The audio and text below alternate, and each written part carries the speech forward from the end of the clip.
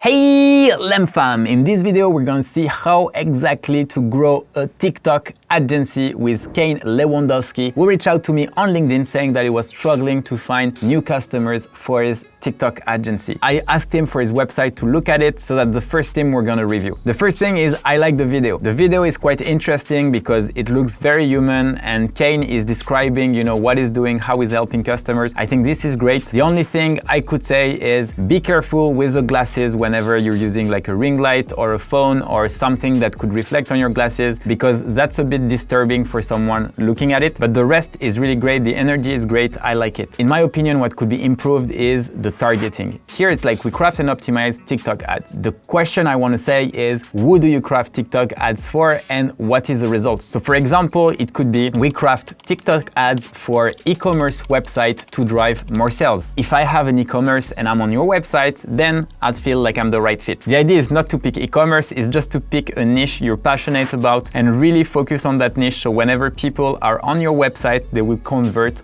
much higher. Also, always make sure to answer the question, what's in it for them? We craft and optimize TikTok ads. Yes, that's fine, but what is the end results? What am I getting from it? Focusing on the benefit is really, really important. Then here you have tons of logos, Walmart, Sculptor, Ricart, etc. So really big names. And then I started to scroll down. I was waiting to get some testimonial from the big brand because obviously they're great. And here, Samuel, Demand Generation, another guy here, Rita, etc. So when I was looking at the photos, I was like, it looks a bit weird. You should always be careful with it because, for example, here, I'm just opening the image in a new tab. And as you can see here, we can see that the image is actually coming from Shutterstock, which means it's free images and this is a stock photo. So technically, in one click, I can tell that the testimonial is not the right one. No offense, it's not a huge issue. I know what you do whenever you're a startup. Sometimes you fake it, etc., etc. But in my opinion, it's always best not to fake it and be honest about those type of things, because directly if I were on the website and I would think about working with you and I see a testimonial that is wrong, I kind of lose the trust. And the trust to me is basically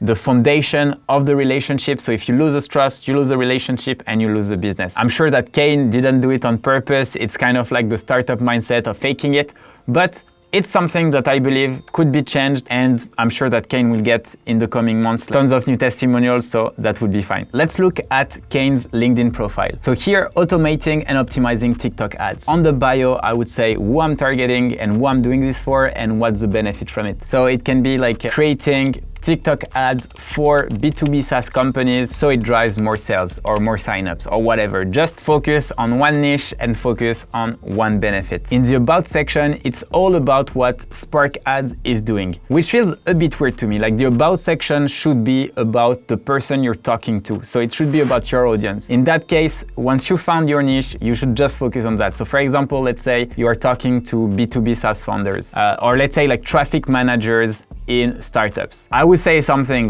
if you're on my profile, it means that you're a traffic manager in a startup and you're trying to increase your return on ad spend on TikTok. Well, that's what I've been doing for the last 5 years, and usually the results I get is da-da-da-da-da-da. Then you can share a bit of successes that you've got and numbers, and all the numbers that you have shared actually Kane are really great. But I would go even deeper and I would try to really talk to my audience rather than just saying what my company does. So once you've got that, I think the goal is to provide value, and here Kane is doing something great. He's giving a lot of tips on how to improve and increase your TikTok ads. I've been looking at the last months of content that he wrote, and I can see that the engagement keeps increasing. So really, this is the best strategy. Initially, when I had my agency, I was really scared to give the best tips, about how to do cold emails that convert, how to do sales, etc., because I was afraid that people will steal my secret sauce. But actually, as an agency owner, the thing you should do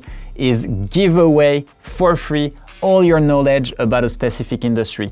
1, it will allow you to build trust. 2, most people actually never implement what you are talking about. And 3, once you have built trust, it's 10 times easier to actually close the deals. There's one thing though that I was a bit surprised is I couldn't find a TikTok account. For me, if you are creating TikTok ads, you should have a TikTok account. I know it's often when we are doing something a lot for our clients, we don't do it for ourselves, etc. But I think it's really important to preach what you say. So be on TikTok, share trending songs, share like the new trends, the best ads, give tips on TikTok directly because it's on the platform. You can explain what ads are really highly performing or not, like do this type of analysis just to give even more value to people. And also because some of your audience is actually spending their entire day on TikTok scrolling, trying to find ideas. So if you can position yourself on TikTok as the expert, I can guarantee you that you will get a lot more people reaching out to you and a lot more inbound customer. And then it's time to find the leads. So how exactly do you find leads? To me, the best way is basically to go to the top ads on TikTok. So TikTok recently launched an ad library where you can split by industry, objective, etc., and you have access to all the brands who are creating ads. I will basically spot all the ads that are shit or poor quality